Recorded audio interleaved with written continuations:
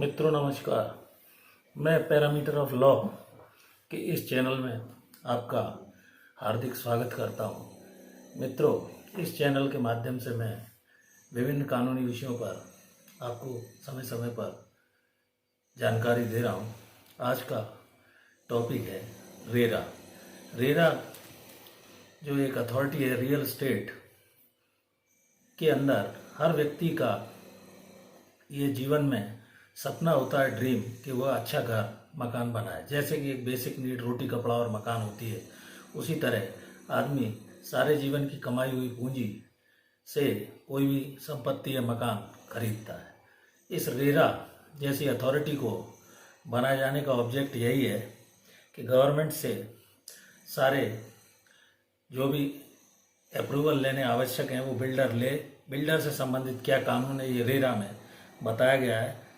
कानून से कैसे बिल्डर को बांधा जाए इस बारे में प्रोजेक्ट का वो प्लान तैयार करेगा, उसमें फायर अप्रूवल लेगा, गवर्नमेंट से जो जो उसे सैंक्शन लेनी है वो सब लेगा, अर्बन डेवलपमेंट आदि से फायर की अप्रूवल लेगा, लैंड का टाइटल क्या है, ये सारी चीज़ें जो भी वो ब्रोशर छापता है उसके पहले उसको रेरा से रजिस्ट्रेशन कराकर अप्रूवल लेना आवश्यक होता है। सारी उसको डिटेल वेबसाइट पर देनी होगी। इसमें registration of an agent under RERA भी है, जिसके अंडर कंस्ट्रक्शन जो भी प्रोजेक्ट हैं वो सब आते हैं।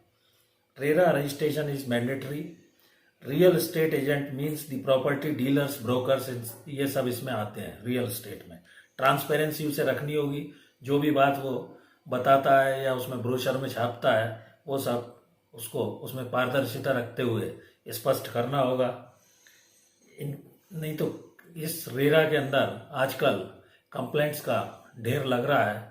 उसका कारण यही है कि बिल्डर बोलता कुछ है करता कुछ है और व्यक्ति को धोखा देकर उल्टे सीधे आश्वासन देता है। Gives buyer right to information. इसमें राइट टू इन्फॉर्मेशन जैसे सूचना का अधिकार अधिनियम 2005 है, उसी तरह सारी जानकारी लेने का भी अधिकार है। इस ब्रोशर में उसे name, address, detail, authenticated copy of PAN number वगैरह पूरा ब्रीफ जो प्रोजेक्ट का डिटेल है वो इंटरप्राइजेस का देना होगा। सोसाइटी है क्या है, प्रोप्राइटरशिप है क्या है, सोसाइटी कंपनी है, कंपलसरी रजिस्ट्रेशन एजेंट भी आवश्यक है। तो जो भी बात करे या कौन सी कॉलोनी है, कहाँ बिल्डिंग बना रहा है, कब तक वो कंप्लीट करेगा, फर्स्ट फ्लोर से जो भी है 5th फ्लोर तक अगर वो अपार्टमेंट को कितने दिन में बनाकर पूर्ण करेगा, सारी डिटेल उसको वेबसाइट पर, रेरा की वेबसाइट पर डिस्क्लोज और डिस्प्ले करनी होगी। लॉ इस बात की गारंटी देता है कि जिस इंटरेस्ट पर व्यक्ति मकान या फ्लैट खरीदने के लिए लोन लेता है, अगर वो बिल्डर उसे आश्वासन देने के बाद उस समय सीमा के अंदर उसको कंप्लीट करके नहीं देता है, उसमें लैकुना रखता है, तो इंटरेस्ट उसका फ्री हो जाएगा और डेवलपर का जो भी प्लान है उसमें चेंज भी नहीं कर पाएगा। वो जो भी उसने डिस्क्लोज किया है एलओटी को, कंज्यूमर को, उसी तयशुदा समय सीमा में उसको बनाकर देना होगा। एलओटी को उसको इंटरेस्ट भी देना होगा। कंज्यूमर की सारी चीज़ें इंटरेस्ट फ्री हो जाएंगी। 500 मीटर या 18 अपार्टमेंट से ज़्यादा उसको अगर कुछ बनाता है तो सैंक्शन गवर्नमेंट की लेना आवश्यक होगी। इसके अलावा कंज्यूमर रेरा वेबसाइट पर रजिस्टर्ड नहीं होने की वो व्यक्ति शिकायत भी कर सकता है, जिसके द्वारा वो मकान या फ्लैट परचेज किया जा रहा है। कंप्लीशन के लिए वो मांग कर सकता है समय सीमा में। अगर नहीं करता है तो वो कंपनसेशन भी मांग सकता है और इंटरेस्ट भी रेरा से मांग सकता है। रेरा बिल्डर के प्रोजेक्ट का रजिस्ट्रेशन अगर वो समय सीमा में शिकायत करने पर के पहले पूर्ण नहीं करता है तो उसका रजिस्ट्रेशन रेरा कैंसिल कर सकती है।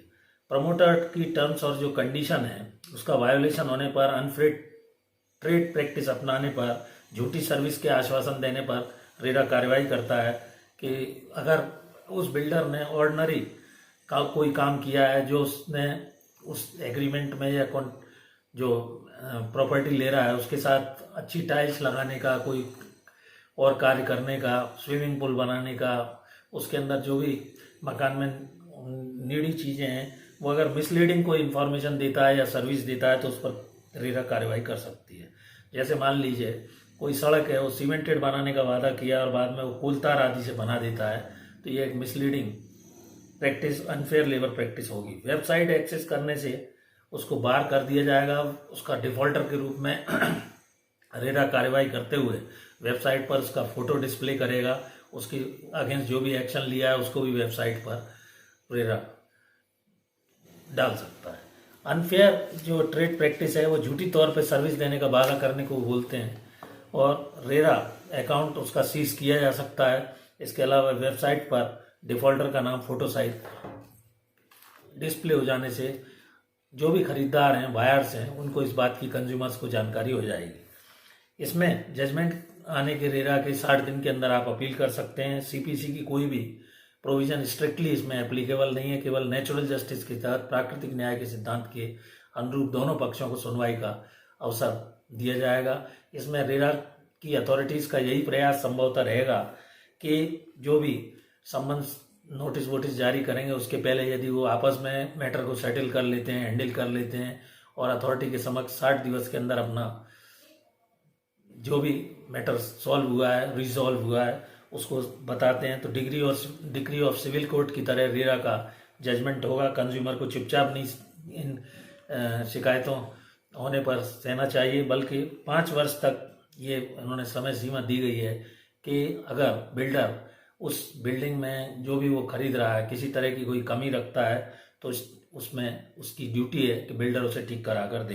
पहला प्रोजेक्ट रजिस्टर्ड है कि नहीं, वेबसाइट पर ये पता लगा लेना चाहिए। सबसे पहले ऑनलाइन लॉगिन पासवर्ड देकर भी उसमें आप जानकारी ले सकते हैं। और यदि किसी भी तरह की सर्विस में कमी होती है तो उसमें शिकायत कंप्लेंट के रूप में की जा सकती है। किस प्रोजेक्ट के खिलाफ कंप्लेंट की गई है, पोजीशन उसको मिला है कि नहीं, पैसा ज़्यादा मांग रहा है अगर बिल्डर, एम्यूनिटीज़ जो उसने बोली थी वो नहीं दे रहा है, तो कंप्लेंट की फीस अलग अलग स्टेट्स में स्टेट वाइज अलग अलग रखी गई है। डॉक्यूमेंट्स के साथ 3 कॉपी में उस कंप्लेंट को देना होगा। रजिस्टर्ड कंप्लेंट होगी, डिले का और कंपनसेशन का इंटरेस्ट भी उस डिले के लिए मांगा जा सकता है। इसमें एक रेरा अथॉरिटी होती है, दूसरी एडजुडिकेशन अथॉरिटी कहलाती है। हियरिंग इसमें होगी पूरे मेरिट्स पर, ओरल इसमें आर्ग्यूमेंट्स होंगे। अथॉरिटी पूरी एविडेंस ब्रीफ में लेने के बाद 60 दिन के अंदर अपना ऑर्डर पास करेगी। इसमें 30% अमाउंट अपील के लिए यदि कोई पक्ष जाता है तो उसको जमा करना होगा। रेरा एक क्वासी जुडिशियल अथॉरिटी के रूप में कार्य करेगा। अर्ध न्यायिक कार्यवाही जिसे कहते हैं, इसमें strict rules of evidence applicable नहीं होते हैं। डिलीवरी अगर प्रॉपर नहीं दी है, गलत एडवर्टाइजमेंट दिया है तो भी उसमें शिकायत की जा सकती है। 2/3 लोगों का कम से कम कंसेंट, यदि कोई उसमें चेंज वगैरह लाता है बिल्डर तो उसको 2/3 जो उसमें रहना है उनका कंसेंट लेना होगा। लीकेज है, कोई सीपेज है, रिपेयर है तो ये 5 साल तक उसको करके बिल्डर को देना होगा। इसमें मेन रेरा के अंदर की कार्रवाई का पर्पज यही है कि पहले उन्हें समझाया जाएगा, किसी तरह से वो कंप्रोमाइजिंग वे में दोनों आपस में पक्ष सहमत हो जाएं और उससे जस्टिस हो। 60 दिन के अंदर ये निर्णय देगा। डिले होने पर बिल्डर के अगेंस्ट ही मोस्टली केसेस में निर्णय दिया जाता है। सेटलमेंट हो, पैसा कंपनसेशन आदि उसे मिलेगा। स्ट्रक्चर भी रेरा पास कर सकती है, वेबसाइट पर डाला जाएगा। प्रोजेक्ट कैंसिल यदि होता है तो वेबसाइट पर उसका डिस्प्ले किया जाएगा। बिल्डर को टाइटल में डिफेक्ट होने पर कस्टमर की भरपाई करनी होगी। कस्टमर कॉर्पोरेट नहीं करने पर बिल्डर के खिलाफ शिकायत कर कार्रवाई करा सकता है। इस प्रकार रेरा जैसी जो एजेंसी बनाई गई है इसका मुख्य उद्देश्य यही है। 1 मई 2017 से इसके प्रावधान एप्लीकेबल हुए हैं। सुपर बिल्ट अप एरिया की जगह जो पहले सीढ़ी बालकनी जिसमें इंक्लूड कर लेते थे, अब कारपेट एरिया माना जाएगा। बेनिफिट्स ये नेसेसरी क्लियरेंस पहले उस सभी बॉडीज से लेना उसको बिल्डर को आवश्यक होगा। आम आदमी को की विजडम, स्किल, नॉलेज इतनी नहीं होती है, इस कारण फेयर प्रैक्टिस अपनानी होगी। सर्टिफाइड इंजीनियर और सीए उसकी अकाउंटेबिलिटी को देखेगा। 70% तक उसको बैंक में एक अलग फंड बना के उस प्रोजेक्ट के लिए जमा करना होगा। अदर प्रोजेक्ट में वो पैसा नहीं लगा सकता है। वारंटी गारंटी जैसी चीज़ नहीं है, लेकिन स्ट्रक्चरल डिफेक्ट उसको अगर होता है तो स्ट्रक्चरल डिफेक्ट को ठीक करके देना होगा। इसके अलावा स्पेसिफिकेशन जो भी उसने चेंज नहीं करेगा, जो स्पेसिफिकेशन बतलाया है वो उसको 2/3 बायर से या तो रिटन परमिशन ले, अन्यथा स्पेसिफिकेशन के अनुसार बनाकर देना होगा। प्रोजेक्ट का एडवर्टाइजमेंट देने के पहले उसे रेरा की परमिशन मैंडेटरी रखी गई है। टाइमली उसको प्रोजेक्ट में जो भी बातचीत बायर से हुई है उसको डिलीवर करना होगा। दूसरे हितों की रक्षा के लिए एग्रीमेंट के अनुसार SBI की दर के अनुसार 2% तक उस पर लगाया जा सकता है। अभी तक 15 से 20% पैसा लेने पर एग्रीमेंट साइन नहीं करते थे, अब 10% से ज़्यादा वो नहीं ले सकता है बिल्डर। दूसरे, किसी भी धार्मिक, जातिगत या जाति विशेष सोसाइटी में इस तरह का कोई भी भेदभाव नहीं किया जाएगा बिल्डर के द्वारा। क्या इस एक्ट के पहले बन रहे प्रोजेक्टों पर भी ये लागू होगा, ये प्रश्न कई बार उठता है। ऑनगोइंग जो भी अंडर कंस्ट्रक्शन प्रोजेक्ट हैं उन पे इसमें पालन करना होगा। दूसरे, कंप्लीशन सर्टिफिकेट अगर नहीं मिला है तो ये एक्ट उस प्रोजेक्ट पे भी एप्लीकेबल होगा। इस प्रकार मैंने साधारण भाषा में आपको रियल एस्टेट रेगुलेटरी अथॉरिटी या इस एक्ट के प्रावधानों को बताया। आशा करता हूँ कि मेरे द्वारा बताई गई ये जानकारी संभवतः जो भी बायर्स हैं और जो बिल्डर्स हैं ये समझेंगे।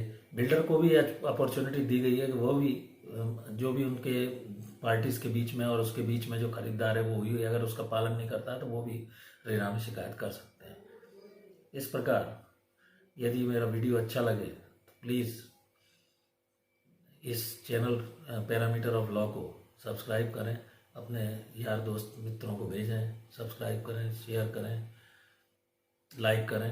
Thank you for watching this video. नमस्कार।